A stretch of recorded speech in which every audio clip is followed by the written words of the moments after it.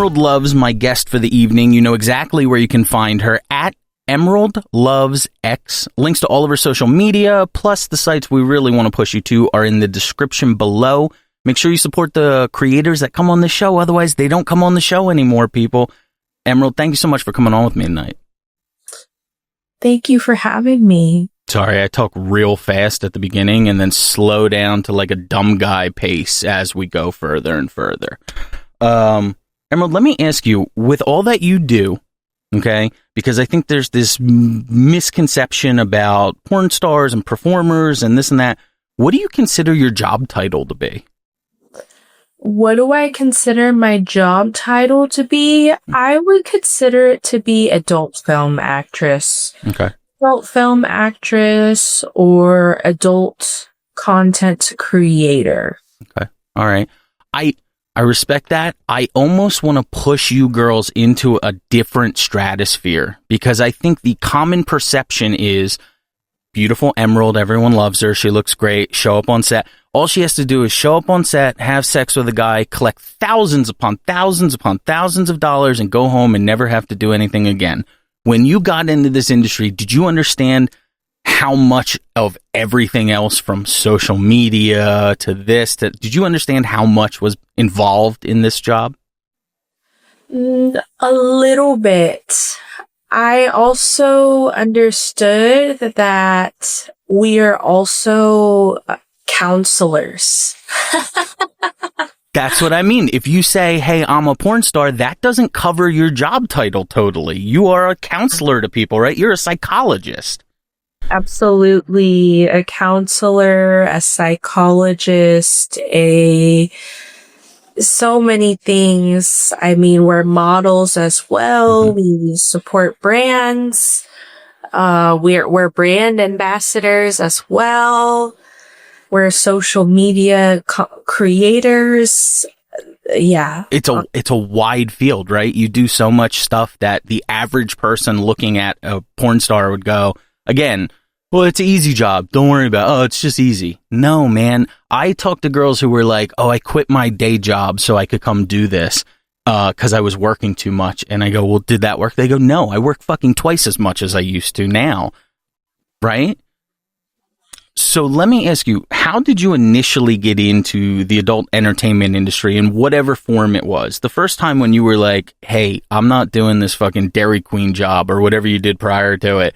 And you're like, I got to do something different.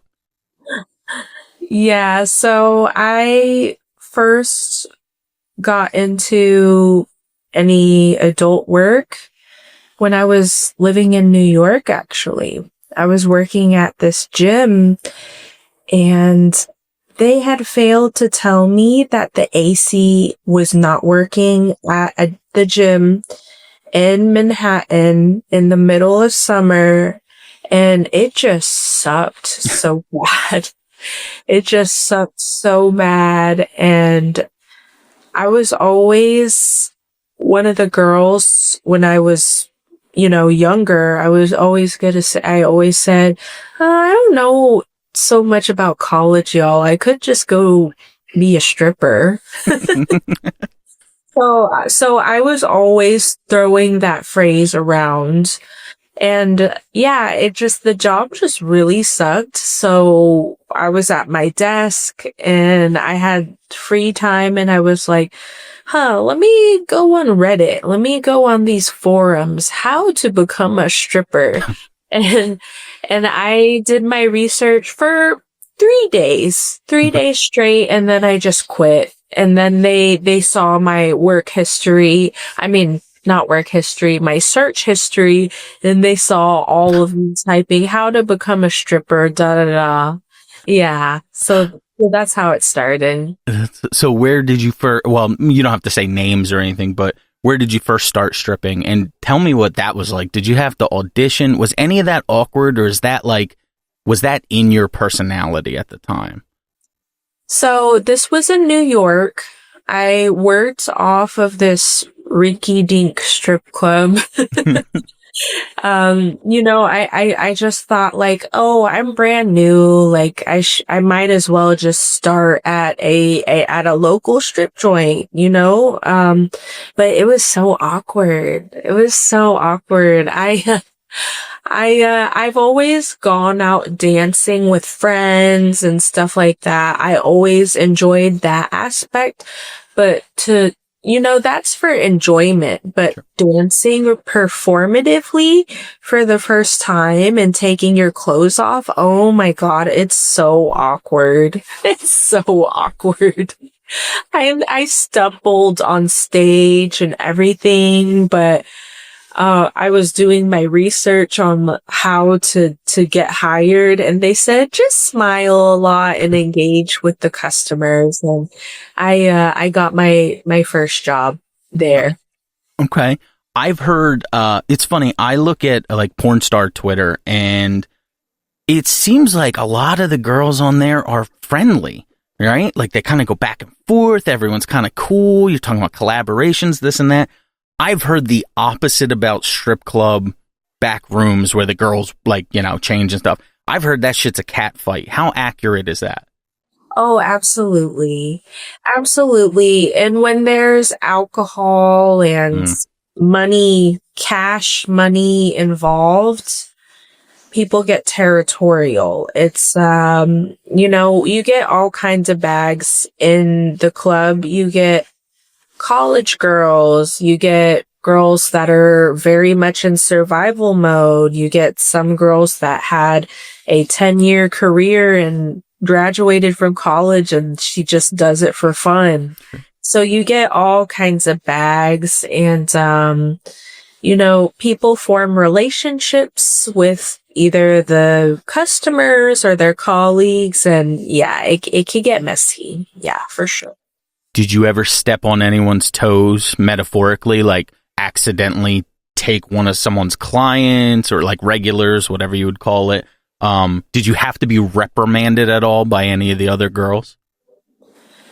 I actually, in my 6 years of dancing, I have not. No, I don't know how. I don't know what has happened. Maybe I'm very observant, but I have not had any issues. And I'm really surprised. I've had more issues with the customers. If anything, the customer is not always right. No. And I assume in that situation, the customer's really not right. What's like what's the number one thing a guy could do that's not like crazy, like, punch me in the mouth? No. What's like the number one thing that average guys do at a club that's fucking just sets you off, where you're just like, yo, stop doing that shit? Oh, when they talk down my prices. When they talk down my prices like I'm an item. Like, and they ask, can you do this for this amount? And I want you to do more, but I'm going to pay you less. Yeah, that's definitely, yeah. Mm-hmm. My wife and I are like buying a house right now, and we have cash to pay for it. And I'm talking to a realtor who's my friend, and she goes, well, you'll have to get a lawyer, and then we can negotiate on. And I just want to be like, motherfucker, you put a price on it. I will pay that price. Let's cut out the bullshit. You are offering something even better than a house. You're offering Emerald Loves. I assume whatever price you set, I can't imagine. I know it happens. I'm not denying that. I can't imagine the mindset of a guy who's like trying to talk you down. It's like, it must be a game for them at that point. Yeah. Mm-hmm. Yeah. So how did you eventually make the transition? Because you talked about like, oh, this is scary or awkward or whatever the first time. It's very strange. Walk around and smile. That worked for you there, and you did really well with it. And, I assume you progressed and started doing more things. But how do you make the move to then film? Who talked you into it? Did you sit on the computer at the strip club and look up how to become a porn star? So actually, it was COVID. Okay. There was a lot of boom of OF created. Oh, no, you're good. You can say whatever you want. Oh, okay. Yeah, so it was during COVID. We were all really bored. It was really restricted, and we all had some time to really think about what it is that we like and what it is that's really important. And I mean, I've always had an appreciation for adult content. So I was just like, oh my God, we're stuck inside. I see these, I could see that it could be a lucrative business. And I just decided to give it a try. I looked up on Reddit. Reddit's a very good tool um, to get Sure. started on the creation part of it. And I did that for about 2 months, just being online Mhm. and building up my socials and stuff. And then I also thought, oh, well, I could, start porn as well and just have my name out there and expand my audience. So, yeah. All right. Can I ask how you decided to go with Emerald Loves? Yeah, so I really, really love the color green, and emerald means the stone of love. And it was actually my dancer name for a couple of years before I chose this name as my adult film actress name. Okay. I don't, now this is going to set me off as like not set me off. This is going to make me really look like an old man. And I don't want to come off at all like race oriented or anything. I didn't know though, because when I was growing up, a lot of Asian performers used the name Jade. And I thought Emerald was kind of like a nice little turn on it. Like, I'm new age. I'm different than performers that were here before, right? Yeah, you know what? That's super. Yeah, that's a good point that you pointed out. Yeah. And see, I didn't get in trouble for being racist. So that's good. No, no, yeah, no, that's actually super true. Yeah. But I didn't think of it in that perspective. I gained some new perspective You because can just, I you, was kind of hoping my name sounded at least a little Asian. well, so do you remember how did you start shooting? Was it solo stuff at first? Did you go right into like boy girl stuff, or was it something crazy right off the bat? I started with solo stuff and, pictures of myself, showing my dancer lifestyle. I remember I had a pole at my old apartment and I would do videos of myself just dancing, no clothing. And I had a boyfriend, luckily, who was open-minded to making, homemade tapes. We had already done that for Sure. quite a few years before we started. So it was pretty normal. Might as well get paid for it, if you're gonna do it already. It doesn't matter. So your first boy girl shoot, did you still have the boyfriend? Was he like in it when you went off, or was he gone at that point? No, he was still in it, and we're still together. Ooh, very nice. I'm sorry to cut him out of the picture then. I apologize for that. No worries, no worries. Yeah, so my first scene was in South Florida. It was a boy, girl, girl, actually. And I already knew the other girl performer, and the male talent that we had that day, she had already worked with him. So we were all very familiar with each other, and surprisingly, I was not scared. When I saw the camera and I saw the camera crew and stuff, I felt very safe and it was very professional. And I was like, oh my God, this is so cool. That sounds like a great way to do it, and kind of a great lesson for any women who are trying to maybe get into this profession but are a little anxious or nervous. Like, if you can work with someone you're comfortable with early on who has their own experience, you can kind of, like, I assume then your next boy-girl shoot where you didn't know anyone was probably still nerve-wracking maybe a little bit, but less so, right? Right. Yeah. Mhm. Okay. Yeah, I got really lucky with that. So let me ask you, if I head on over to OnlyFans or any of the other ones that are in the episode description, please, folks, make sure you support the content creators that come on this show. At Emerald Loves X, let me ask you, what type of content do you currently put up on your personal stuff? Is it like a daily shot of your day? Is it a monthly video, a weekly video, a yearly video? What is, like, if I sign up for the Emerald Loves experience, what am I looking at that point? And can I negotiate the price down at all? I'm just kidding. Yeah, so I offer discounts for, expired subscribers or new subscribers pretty frequently. I mean, I gotta share the love. But typically I do lives with just me, solos. Okay. Every single week, usually Tuesday, Wednesday. I release a boy-girl or girl-girl video every week. And, you could get to know my daily life. I like to check in with my fans every day. And I just like to show them my world. And sometimes they show me their world if they want. Mm-hmm. But yeah, that's what goes on my page. Has anyone ever showed you too much of their world where you were like, I don't need your world as much, maybe? Yeah, for sure. Let me ask, do you do custom videos as well?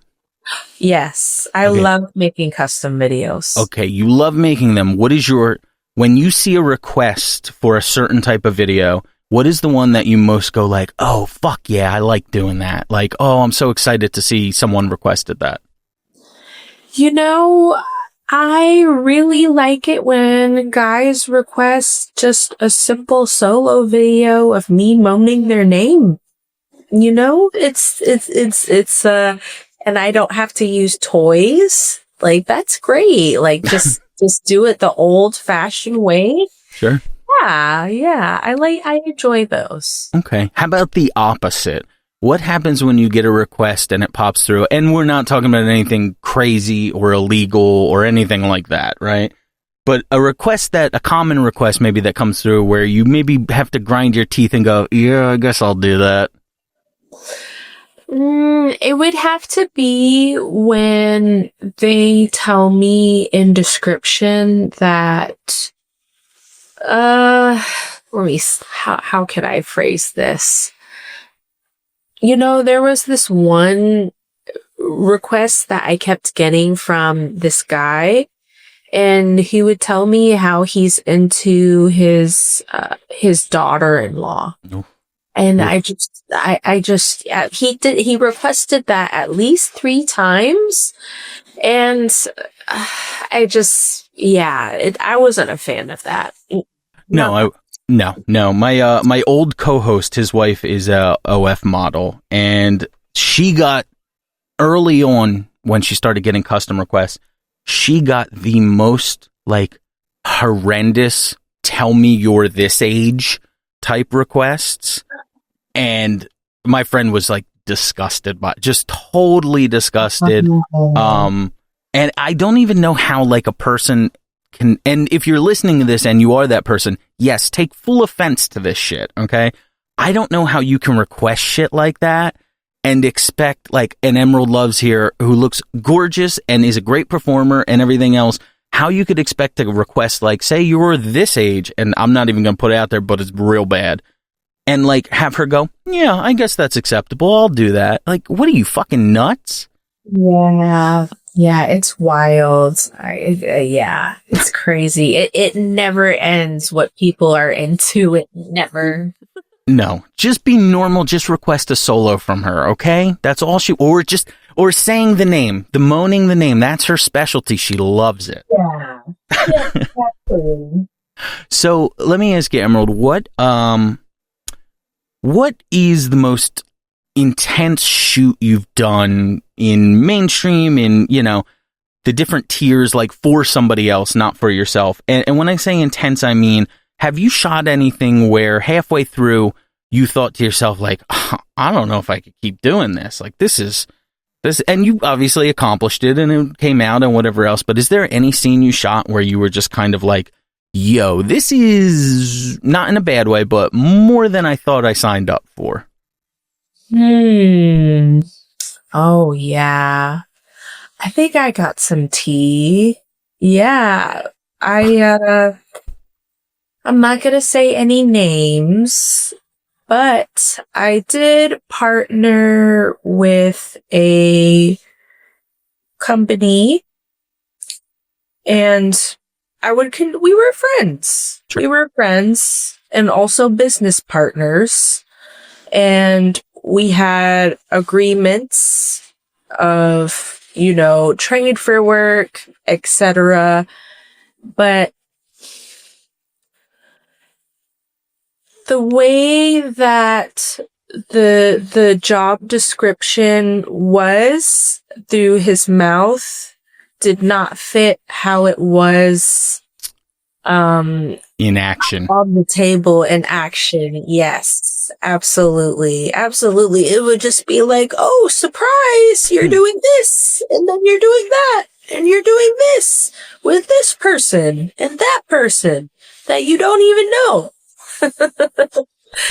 So yeah, that was an interesting year. That interaction had to be the beginning of January 2024 up until summer, but oh my God, it was the summer of 2024, but it was a long couple of months. It was, wow, I was really, really overworked. Oh my gosh. So let me ask you, do you still work with this group, these people, or, okay, but are you not, and I'm not asking you obviously to call anyone out or anything, absolutely not, but are you like, are they no listed from you from now on, or is it like down the line? Oh, really?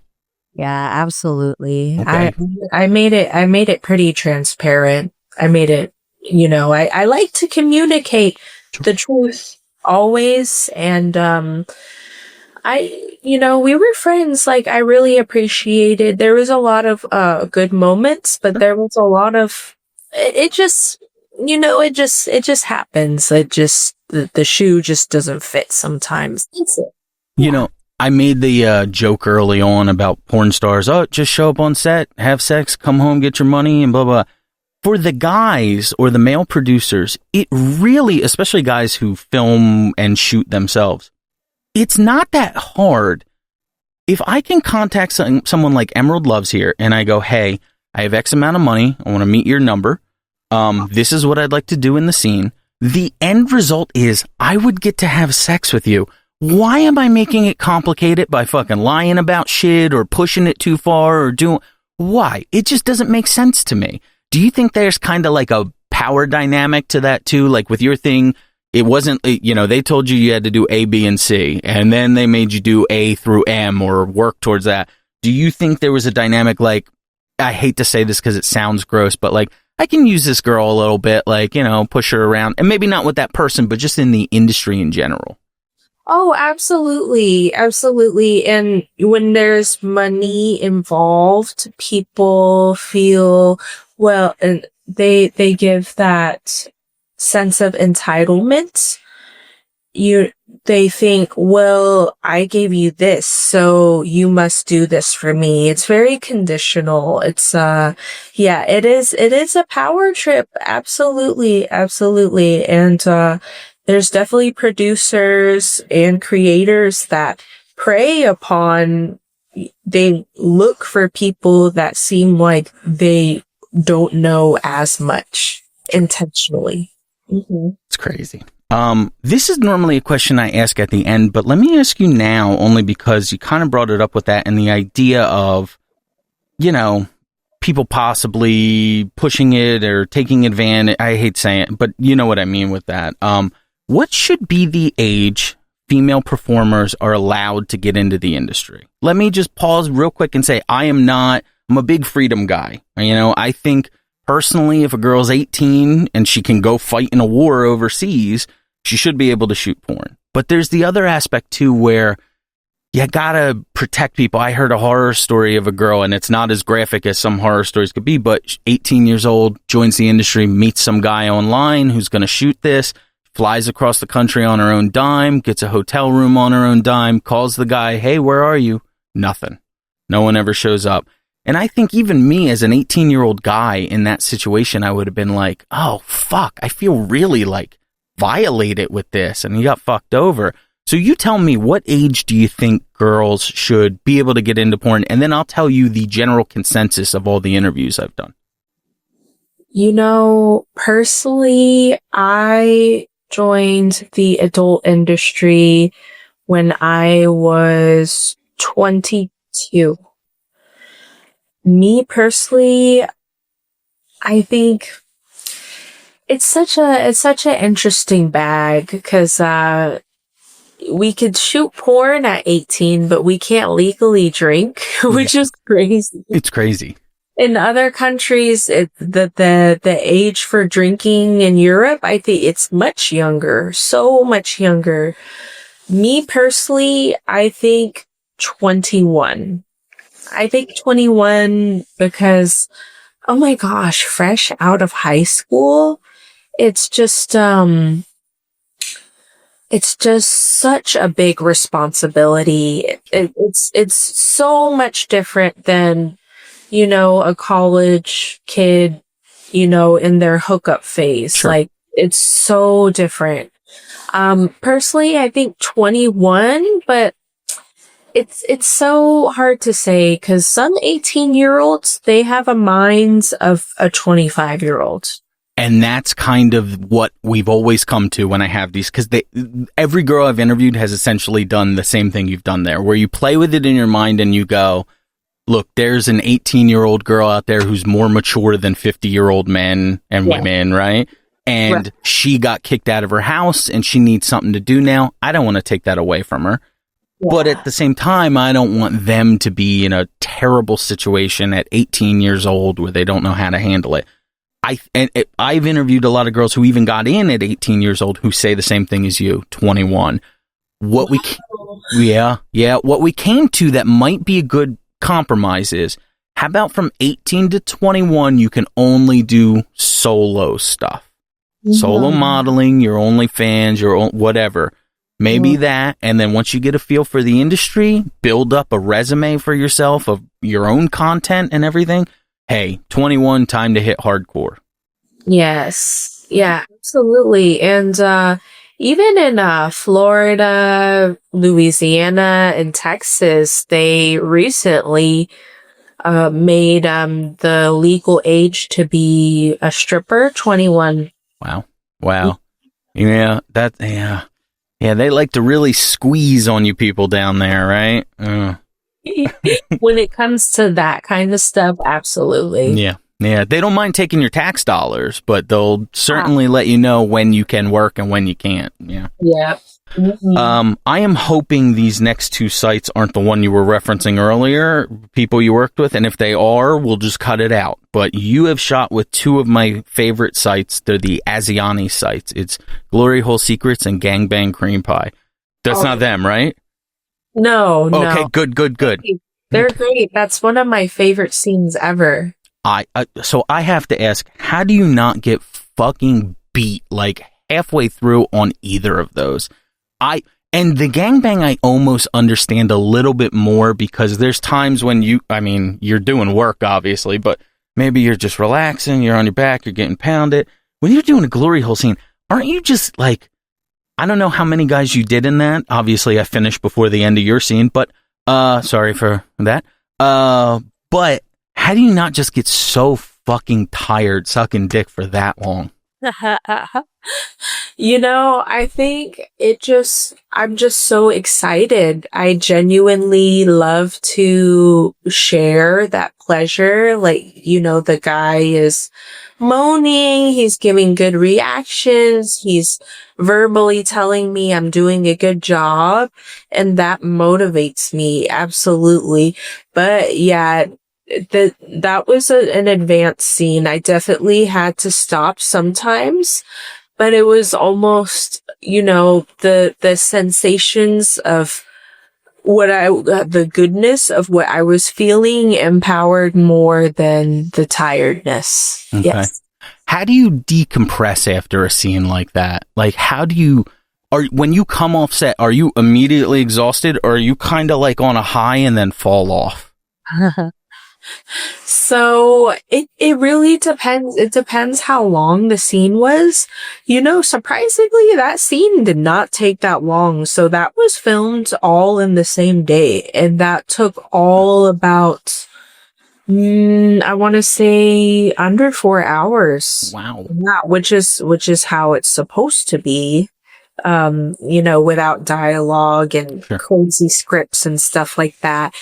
But sometimes I'm really excited and ready for the rest of the day. And then sometimes I'm just like, oh, well, I'm going to go home and go on a walk and take a shower and order some food. So I always look at online porn as there's 3 tiers, and all of them have what you love. Like, there's nothing wrong with any of the tiers. It's more about like the production quality of it. So your top end, you have like Vixen and Brazzers and this and that.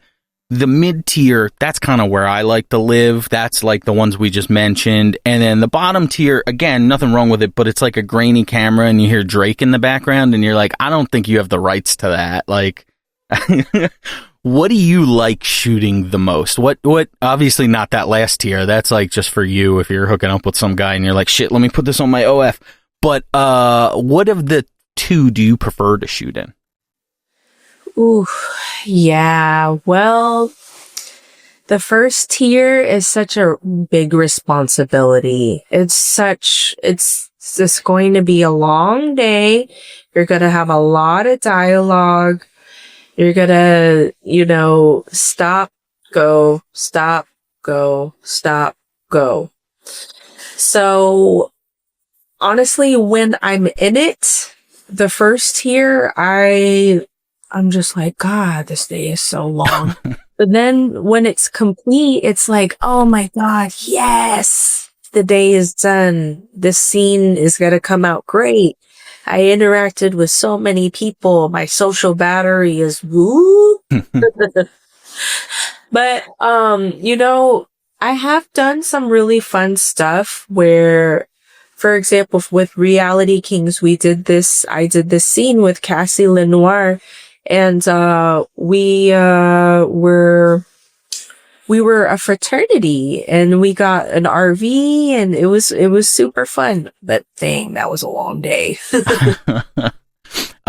See, I respect the acting aspect of it, but look, I'm a dude in my 30s. I'm just trying to figure out where we're going with this whole thing. Like, you're a great realtor, and I'm sure you're showing this house, and it's really good. I'd really like to see without those clothes, perhaps, though, so maybe we could just scooch this along a little, you know? Yeah. But as you were saying, what I prefer, Gonzo. Oh Sure. my God. Please. The second tier, the very, hey, I like what I see. Let's get to it. Yeah, absolutely. Plus, you're a big name. I bet they're like happy to have you on set, and it's like, oh my God, Emerald, she's so great. Da da da da da. Whereas nothing. Again, you are top tier beautiful, but you show up on a Vixen set. They had Violet Myers last week, and this person, and whoever, and you go, maybe they're just kind of like a job. This is a job. Let's keep this moving, keep it professional, right? Is that okay? All right, that's fair. So let me ask you, where do you want to see your career go? Do you have a number you want to hit, like this much in the bank and Emerald's out? Do you have an awards you want to win, or anything else that you want to hit on where you can feel like you have a sense of accomplishment? Or I interviewed Dee Dee White, who is 71 years old and still shoots gangbangs. All the credit in the world to her, because I'll be dead before 71. But is that the kind of career you want to have, where you keep doing this? Do you love this, or do you love the world it provides for you? I love this. Okay. Well, it's both. Sure. It's both. I'm going to be honest. I am not that much of a planner of life. Okay. I I'm a very I enjoy life, and I enjoy my freedom, and I enjoy what I do. I don't know, actually. I know that I really enjoy what I do now. Would I like to be awarded for my work? Yes and no. Like, that would be nice, but I don't need an award to tell me, like, good job, you know? I enjoy what I do regardless. Okay. So where do I see myself in the future? I'll just keep doing it till I'm really bored of it. Okay. Hey, then you know what you can do? You can just Google how to do something else and then move on to that, like you've done the last couple, you know? Yeah, exactly. All right. What are some of the worst parts of your job? Let me ask that. Have you ever had to fuck a guy who's like, again, who kind of looks like me, like horrendous or like gross or anything? Has there been anything where you've walked on set and you've been like, and I won't ask you to name names, Jesus Christ, but have you ever had to walk on set and you were like, oof, it's going to be a bad day? Yeah, absolutely. Yeah, absolutely. Yeah. It happens. It mostly it's hygiene stuff. The hygiene stuff is just crazy. It just hop in the shower, just take 5 minutes to clip your nails. Why are you putting your fingers anywhere near me when your nails are longer than mine, dude? If you go back, and I interviewed a porn star that started in the early 2000s, and just last week, and if you go through some of the people she worked with, like the Ron Jeremys and then this guy and whoever else, I look at it and I'm like, dude, the guy, I understand the hygiene thing totally 100%, but the guys nowadays versus the guys back in the day, you've got an improvement looks wise, at least. Yes, yeah, they have, especially over, even when I started back in 2020, like, oh my God, they did not care. They still weren't caring about, the physicality and just, the personality, but now they look for, they need someone charismatic. They need, they look for that. I've noticed that has changed. So I want to bring this up, and if it's too much, again, I won't say names or if it's personal or anything like that. Today I noticed on Twitter a lot of female performers were calling out a male performer for bad behavior. Let me ask you, if you had a good, have you ever been put in a position where, I just think about it this way. There are performers that worked with whoever it is that we're talking about, and not just that individual one, but in this case, the canceled person here. And they've had good experiences with it. Right. I've also been seeing all day that people are like attacking even women who won't stand up for them by saying, they'll just say, I did have a good experience with that person. And then they get attacked for that. If you were, this is so confusing. I'm sorry. I'm trying to like dance around names and not mention anything because we don't need that shit. The question is more, if you've had an experience with someone that was positive, every experience you've had while working with this person is positive. They're nice to you. They're kind, whatever. And then someone else makes a claim. Are you one to put in your head, I will never work with that person again? Or do you base things on your personal experience working with everyone? I base my own personal experience with them. Sure. We are all toxic. I know. Crazy. Oh my God. Whoa. We're all toxic. We've all done something abusive. We've all said something mean and done things that we shouldn't have done or regretted. Every single person on this earth, even a pastor. Oh, wait, pastors. really sketchy, actually. I mean, you pick the one. You could have been like, even Catholic priests. And I've been like, yeah, okay, yes. Yeah, specifically them. So we all do crazy bad things. Like there's this saying that I really like by the Japanese. They say a person has 1,000 different versions of them.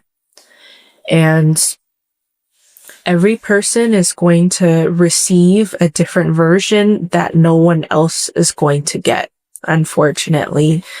But I think it's our responsibility to take accountability if we have been toxic or abusive, and just try to be better than horrible. Sure. I think it's totally fair to base it on your own personal experiences with people, because, imagine someone gets quote unquote canceled. You come out and start going, yeah, fuck them. And it turns out the first girl was just lying about it or whatever. And I'm not saying they are. And by the way, we're excluding anything like violence against women or serious non-consensual stuff and whatever. Fuck them. Get out. We understand that. I'm just talking about more like, boundaries if they accidentally got pushed or this and that. Men, you need to be aware of that, but also maybe you need to have the chance to come out and apologize and, whatever, set the record straight on that. So, I want to do a thing, Emerald, I like to call stat check. So I use the Internet Adult Film Database, and I have pulled together your stats. Now, these numbers are wrong. They will not be right. They didn't include this scene you did, and this scene you did, and this OnlyFans scene, and this and that. So you're just going to have to accept that these are off. But I wanted to set a landmark. So if I have you on a year from now, we can go, oh my God, you won all these awards, and look, you got this. You don't even care about those awards, but you won them, and you've worked with these many people, and this and that. So let me run through it. Scenes, you have done 58, as far as my count goes. Guys you've worked with, 31. Women you've worked with, 23. Did I read this wrong? Do you have no AVN nominations yet? Not yet. We always say yet, because they will come. And then obviously no nominations, no wins. We only base it on AVN. I know there's a ton of different award shows, and that's great. Is there anyone you have in mind that you specifically do want to work with? Now is a good time to shout it out. Is there any like performer, female or male, either one, where it's kind of in your mind like, shit, if I could do a scene with that person, I think it would be really fucking cool? I think Nicole Doshi. She's such a cool creator, and she's always on social media. I really admire her work. Yeah, I like Nicole Doshi a lot. Her, Katsumi, I really like. Yeah, all right, let's do it. Let's get the scene together. I'll pay for it all, based on podcast earnings, which is not going to happen. All right. Well, look, I think we're about ready to wrap this up. This went by super fast. I love your spirit. It seems like you understand, like, this is a job. You have to be professional. You have to put that face forward, but it's also a fun job. This industry's for professionals, but it's also not for like stuck up people or like, I hate doing this. You have to love it, right? You do. You have to love the game. Yeah. You have to play the game, and you have to love the game. There you go. Emerald Loves, you can find her everywhere at Emerald Loves X. Links to everything in the episode description. Remember, bare minimum you could do is follow these performers. If you have no money, nothing whatsoever, follow them on Twitter and Instagram, okay? But if it's payday and you're looking at it and you're like, oh shit, my daughter needs braces, but I could also spend my money over here, heading over to OnlyFans and checking her out at Emerald Loves X. Go do that. Your daughter will be able to eat pudding. You're fine. Don't sweat it. Emerald, thank you so much for coming on with me tonight. Yeah, thanks for having me.